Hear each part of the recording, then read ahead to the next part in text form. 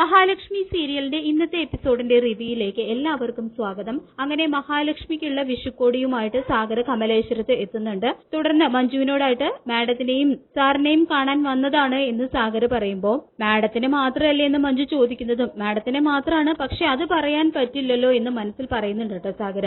ഇതേ സമയം ആരാ മഞ്ജു എന്ന് ചോദിച്ചുകൊണ്ട് മഹാലക്ഷ്മി അവിടേക്ക് വരുന്നുണ്ട്. സാഗറിനെ കാണുന്നതും ഒരുപാട് സന്തോഷമാവുന്നുണ്ട് മഹാലക്ഷ്മിക്ക്. ഇതേ സമയം കണ്ണനും അവിടേക്ക് വരുന്നുണ്ട് കേട്ടോ. തുടർന്ന് നാളെ വിഷു അല്ലേ, മാഡത്തിനും സാറിനും വിഷുക്കോടി വാങ്ങിയതാണെന്ന് സാഗർ പറയുമ്പോൾ എന്തിനാ സാഗർ ഇങ്ങനെ പൈസ കളയുന്നതെന്നെല്ലാം മഹാലക്ഷ്മി ചോദിക്കുന്നുണ്ട്. സാഗർ സന്തോഷത്തോട് കൊണ്ടുവന്നതല്ലേ, അത് വേണ്ടാന്ന് വെക്കുന്നത് ശരിയല്ല, വാങ്ങിച്ചോളാൻ കണ്ണൻ പറയുമ്പോൾ മഹാലക്ഷ്മി ആ വിഷുക്കോടി വാങ്ങിക്കുന്നുണ്ട്. തുടർന്ന് കൈനീട്ടത്തിൽ വിശ്വാസം ഉണ്ടെങ്കിൽ നാളെ പോരാനും മഹാലക്ഷ്മി സാഗറിനോടായിട്ട് പറയുന്നുണ്ട്. കണ്ണേട്ടന്റെ കയ്യിൽ നിന്ന് വിഷു കൈനീട്ടം വാങ്ങിക്കാം എന്ന് മഹാലക്ഷ്മി പറയുമ്പോൾ എന്റേന്ന് വേണ്ട, പറഞ്ഞ ആള് തന്നെ വിഷു കൈനീട്ടം കൊടുത്താൽ മതി എന്ന് മഹാലക്ഷ്മിയോടായിട്ട് കണ്ണൻ പറയുന്നുണ്ട്. അതാണ് എന്റെയും ആഗ്രഹം എന്ന് ഇതേ സമയം സാഗർ മനസ്സിൽ പറയുന്നുണ്ട് കേട്ടോ. തുടർന്ന് നാളെ വരാമെന്ന് പറഞ്ഞുകൊണ്ട് സാഗർ പോകാൻ തുടങ്ങുന്നതും ഒരു ഗ്ലാസ് ചായ കുടിച്ചിട്ട് പോകാമെന്ന് മഹാലക്ഷ്മി പറയുന്നുണ്ടെങ്കിലും വേണ്ട മേഡം എന്ന് പറഞ്ഞുകൊണ്ട് സാഗർ പോവാണ് കേട്ടോ ചെയ്യുന്നത്.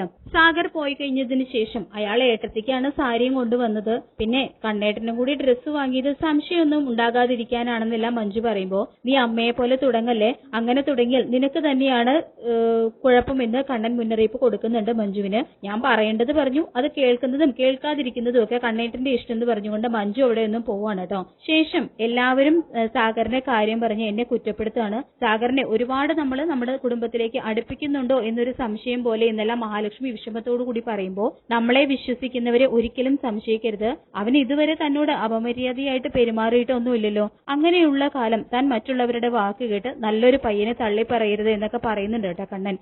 ഇത് കേൾക്കുന്ന മഹാലക്ഷ്മി ആണെങ്കിൽ എനിക്ക് കണ്ണേട്ടന്റെ വാക്ക് മാത്രം കേട്ടാൽ മതി എന്ന് പറയുന്നുണ്ട്. നമ്മുടെ ഡ്രൈവർമാർ എല്ലാം ചെറുപ്പക്കാരായിട്ടുള്ള ആണുങ്ങളാണ്, ഇവിടെ സാഗർ നമ്മുടെ ഡ്രൈവർ അല്ല, നമ്മുടെ സ്റ്റാഫാണ്, അവൻ അതിനപ്പുറമുള്ള സേവനം നമ്മളോട് ചെയ്യുന്നുണ്ട്, അത് നമ്മളോടുള്ള സ്നേഹം കൊണ്ടാണ്. അങ്ങനെയുള്ള ഒരാളെ സംശയിച്ച് മാറ്റി നിർത്തിയാൽ അവൻ അത് അറിഞ്ഞു കഴിഞ്ഞാൽ പിന്നെ എന്തുമാത്രം വേദനിക്കും, നമ്മളെ വെറുക്കുന്നവരെ പോലും താൻ വേദനിപ്പിക്കുന്നില്ല, അപ്പോൾ സ്നേഹിക്കുന്നവരെ സങ്കടപ്പെടുത്തരുത് എന്ന് ചോദിക്കുന്നുണ്ട് കേട്ടോ കണ്ണൻ. നമുക്ക് ഇവിടെ ആരും പറയേണ്ടത് കേൾക്കേണ്ട ആവശ്യമൊന്നുമില്ല, പക്ഷെ അവൻ കൃത്യമായിട്ട് നമുക്കിവിടെ ആരും വിഷുക്കോടി തന്നിട്ടില്ല, പക്ഷെ നമുക്കതിന്റെ ആവശ്യമില്ല, പക്ഷെ അവൻ അത് കൃത്യമായിട്ട് തന്നു. അവൻ നാളെ വരുമ്പോൾ സന്തോഷത്തോടെ വിഷു കൈനീട്ടം കൊടുക്കണം, അല്ലാതെ മറ്റുള്ളവരുടെ വാക്ക് കേട്ട് അവനെ തള്ളിക്കളിയല്ല വേണ്ടത് എന്നെല്ലാം മഹാലക്ഷ്മിക്ക് പറഞ്ഞു കൊടുക്കുന്നുണ്ട് കേട്ടോ കണ്ണൻ. പിന്നീട് കാണിക്കുന്നത് കരുണയും മുത്തശ്ശിയും കൂടിയിട്ട് വിഷുക്കണി ഒരുക്കാണ്. ഇതൊന്നും ഒരുക്കി മോൾക്ക് ശീലമില്ല, എല്ലാ വർഷവും അവളും അവളുടെ അമ്മയും കൂടിയല്ലേ ഇതൊക്കെ ചെയ്യാറ്, ഇത്തവണ മോള് തന്നെ മുന്നിൽ നിന്ന് എല്ലാം ഒരുക്കണം, അതിന്റെ എല്ലാ നന്മയും മോൾക്ക് കിട്ടുമെന്നെല്ലാം മുത്തശ്ശി പറയുമ്പോൾ അങ്ങനെ നന്മ ഉണ്ടാകണമെങ്കിൽ ആ അയ്യപ്പ സ്വാമിയുടെ വിഗ്രഹം അവിടുത്തെ പൂജാമുറിയിൽ നിന്ന് പോകണമെന്ന് കരുണ പറയുന്നുണ്ട് കേട്ടോ. അത് മോളെ എടുത്തു കളഞ്ഞതല്ലേ, എന്നിട്ട് അത് തിരിച്ചു വന്നില്ലേ, അതിന് നമുക്ക് എന്ത് ചെയ്യാൻ പറ്റുമെന്നെല്ലാം മുത്തശ്ശി പറയുമ്പോൾ അത് തിരിച്ചു വന്നതിനെ കുറിച്ച് എനിക്കും മനസ്സിലാകാത്തത്, ഉണ്ണിയേട്ടനും അതിൽ അത്ഭുതമുണ്ട്, അത് വെള്ളത്തിൽ എറിഞ്ഞപ്പോ കുമിളയും മുകളിലേക്ക് പൊങ്ങി വന്നതാണ്, അതിനർത്ഥം എവിടെയും തടസ്സങ്ങളൊന്നും ഇല്ലായിരുന്നു, പിന്നെ എങ്ങനെ അത് തിരിച്ചു വന്നു എന്നെല്ലാം കരുണ ചോദിക്കുമ്പോൾ അത് വേറെ ഒരു വിഗ്രഹമായിട്ട് നമുക്ക് തോന്നും, പക്ഷെ അതിന് ചെറിയൊരു ജീവനുണ്ട്, ആ ജീവനാണ് നമുക്ക് പ്രശ്നങ്ങൾ ഉണ്ടാക്കുന്നതെന്നെല്ലാം പറയുന്നുണ്ട് കേട്ടോ മുത്തശ്ശി കരുണയോട്. ഇതേ സമയം കമലേശ്വരത്ത് മഹാലക്ഷ്മിയും കണിയൊരുക്കുകയാണ്. അപ്പൊ ഇത് കണ്ടുകൊണ്ട് വരുന്ന ദുർഗയ്ക്കും മഞ്ജുവിനും അത് കണ്ട് ഒട്ടും സഹിക്കുന്നില്ല കേട്ടോ. അവരാണെങ്കിൽ അതിങ്ങനെ ദേഷ്യത്തോടെ നോക്കി നിൽക്കുകയാണ്. തുടർന്ന് മഹാലക്ഷ്മിയുടെ അടുത്ത് വന്നിട്ട് എല്ലാ തവണയും ഞങ്ങളാണ് ഇത് ഒരുക്കുന്നത്, ഇത്തവണ ഒരാൾ അത് സ്വയം ഏറ്റെടുത്തു എന്നെല്ലാം മഞ്ജു പറയുമ്പോൾ ഞാൻ ഏറ്റെടുത്തൊന്നുമല്ല, നിങ്ങൾക്ക് വേണമെങ്കിൽ ഇതിൽ കൂടാം, കണ്ണേട്ടനാണ് ഇത്തവണ എന്നോട് വിഷുക്കണി ഒരുക്കാൻ പറഞ്ഞത് എന്നെല്ലാം മഹാലക്ഷ്മി മറുപടി കൊടുക്കുമ്പോൾ അവൻ പറഞ്ഞതൊന്നും ആയിരിക്കില്ല, നീ പറയിപ്പിച്ചതാണെന്നെല്ലാം ദുർഗ മഹാലക്ഷ്മിയെ കുറ്റപ്പെടുത്തി സംസാരിക്കുന്നത് കേട്ട് പറയിപ്പിച്ചതല്ല എന്ന് പറഞ്ഞുകൊണ്ട് കണ്ണൻ അവിടേക്ക് വരുന്നുണ്ട്. ഞാനാണ് ഇയാളോട് പറഞ്ഞത് ഇത്തവണ വിഷുക്കണി ഇയാൾ ഒരുക്കിയാൽ മതിയെന്ന്, ഇതെന്റെ വീടാണ്, എന്റെ പേരിലുള്ള വീട്, അപ്പോൾ ഇവിടെ വിഷുക്കണി ഒരുക്കേണ്ടതും എന്റെ ഭാര്യയാണെന്നെല്ലാം അവർക്ക് നല്ല മറുപടി തന്നെ കണ്ണൻ കൊടുക്കുന്നുണ്ട്.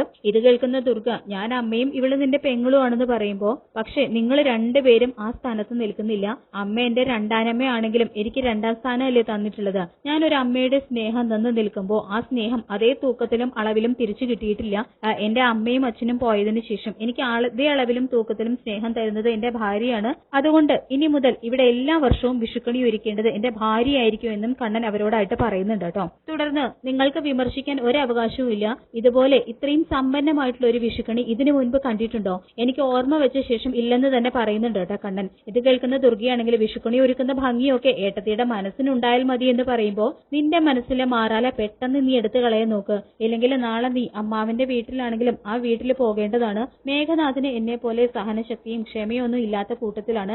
ഇഷ്ടപ്പെടാത്തത് ചെയ്താൽ നിന്റെ കരണം കരുവാളിക്കുന്നത് നിന്റെ പുന്നാരിച്ചു വളർത്തിയ നിന്റെ അമ്മയ്ക്ക് കാണേണ്ടി വരും എന്നെല്ലാം കണ്ണൻ പറയുമ്പോ നീ വാ, ഇവിടെ നിന്ന് കഴിഞ്ഞാൽ ഒന്നും രണ്ടും പറഞ്ഞു വഴക്കാവും, നാളത്തെ വിഷു ഇതെല്ലാം പോകുമെന്ന് പറഞ്ഞുകൊണ്ട് ദുർഗയാണെങ്കിൽ കലുതുള്ളിക്കൊണ്ട് മഞ്ജുവിനെയും കൊണ്ട് അവിടെ നിന്നും പോവാണ് കേട്ടോ. ശേഷം എന്തിനെ ഇങ്ങനെ വഴക്കുണ്ടാക്കാൻ പോകുന്നു എന്ന് മഹാലക്ഷ്മി ചോദിക്കുമ്പോൾ വഴക്കുണ്ടാക്കാത്തതാണ് കുഴപ്പം, അവരെന്തെങ്കിലും പറഞ്ഞു കഴിഞ്ഞാൽ തനിക്ക് തിരിച്ചു പറഞ്ഞാൽ എന്താ കുഴപ്പം, അതുകൊണ്ട് പറഞ്ഞില്ലെങ്കിൽ അതുകൊണ്ടാണ് സാഗറിനോടൊപ്പം പോകുമ്പോ അവരിങ്ങനെ ഓരോ കഥകളൊക്കെ ഉണ്ടാക്കുന്നത് എന്നെല്ലാം മഹാലക്ഷ്മിയോടായിട്ട് പറയുന്നുണ്ട് കേട്ടോ കണ്ണൻ. തുടർന്ന് എനിക്ക് വിശ്വാസമുള്ള ഒരാളോടൊപ്പം പോകുന്നു എന്ന് തനിക്ക് പറഞ്ഞാൽ പോരെ, അതിന് പകരം എല്ലാവരും വിമർശിക്കുന്നു, അപ്പോൾ ഞാൻ പോവേണ്ടതുണ്ടോ എന്ന് എന്നോട് ചോദിക്കുന്നു. ആ ചോദ്യത്തിന് പകരം എല്ലാത്തിനും കാരണം എന്റെ ഭർത്താവിന് കുഴപ്പമില്ലെങ്കിൽ ഞാൻ ആർക്കൊപ്പം വേണമെങ്കിലും സഞ്ചരിക്കുമെന്ന് താൻ പറയണം, അതോടെ എല്ലാവരും നാവെടുക്കുമെന്നെല്ലാം കണ്ണൻ വീണ്ടും മഹാലക്ഷ്മിയോട് പറഞ്ഞു കൊടുക്കുന്നുണ്ട്. തുടർന്ന് വീണ്ടും മഹാലക്ഷ്മി കണി ഒരുക്കുന്നുണ്ട് കേട്ടോ. കണ്ണനാണെങ്കിൽ അതെല്ലാം മൊബൈലില് വീഡിയോയും ഫോട്ടോസും ഒക്കെ എടുക്കുന്നുണ്ട്. പിന്നീട് കാണിക്കുന്നത് മുത്തശ്ശിയും കരുണയും ചേർന്നിട്ട് വിഷുക്കണി ഒരുക്കുകയാണ് കേട്ടോ.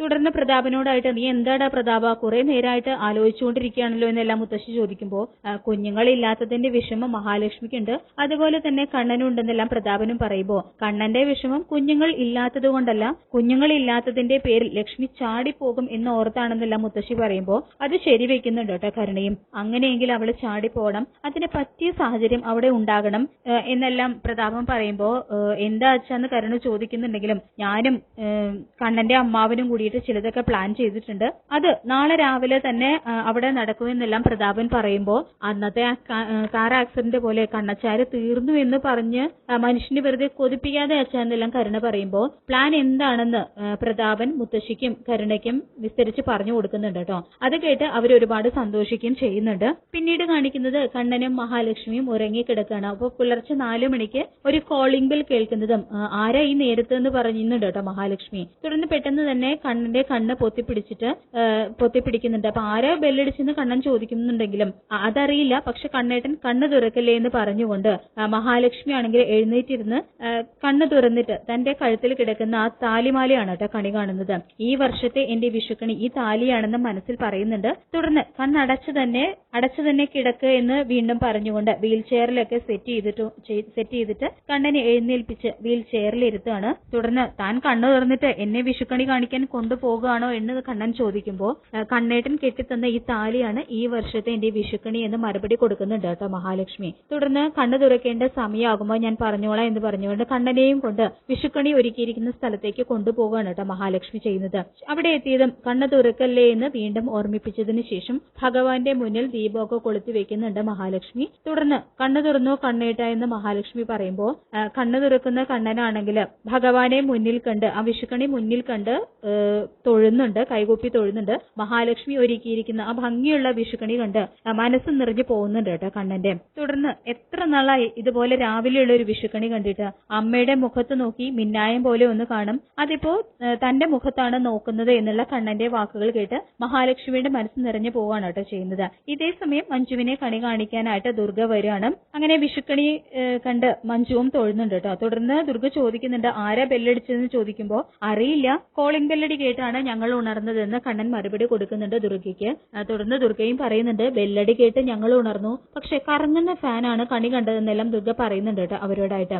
അതിനുശേഷം ആരാണ് ബെല്ലടിച്ചതെന്ന് വാതിൽ തുറന്ന് നോക്കാനായിട്ട് മഹാലക്ഷ്മിയോടായിട്ട് കണ്ണൻ പറയുന്നുണ്ട്. അങ്ങനെ വാതിൽ തുറക്കുന്ന മഹാലക്ഷ്മിയാണെങ്കിൽ കൺമുന്നിൽ കാണുന്ന ആ വിഷുക്കണി കണ്ട് ശരിക്കും സന്തോഷമാവുന്ന മനസ്സ് നിറഞ്ഞു പോകുന്നുണ്ട് കേട്ടോ മഹാലക്ഷ്മിയുടെ. തുടർന്ന് ഇത് ആരാണെന്ന് ചോദിക്കുന്നതും പെട്ടെന്ന് തന്നെ ഒരു ഉണ്ണിക്കണ്ണൻ അവിടെ പ്രത്യക്ഷപ്പെടുകയാണ് കേട്ടോ ചെയ്യുന്നത്. അങ്ങനെ മഹാലക്ഷ്മി സീരിയലിന്റെ വളരെ രസകരമായിട്ടുള്ള മുഹൂർത്തങ്ങളാണ് ഇനി വരാനായിട്ട് പോകുന്നത്. ഈ റിവ്യൂ ഇഷ്ടപ്പെട്ടെങ്കിൽ ലൈക്ക് ചെയ്യുക, ചാനൽ കൂടി ഒന്ന് സബ്സ്ക്രൈബ് ചെയ്യുക. താങ്ക്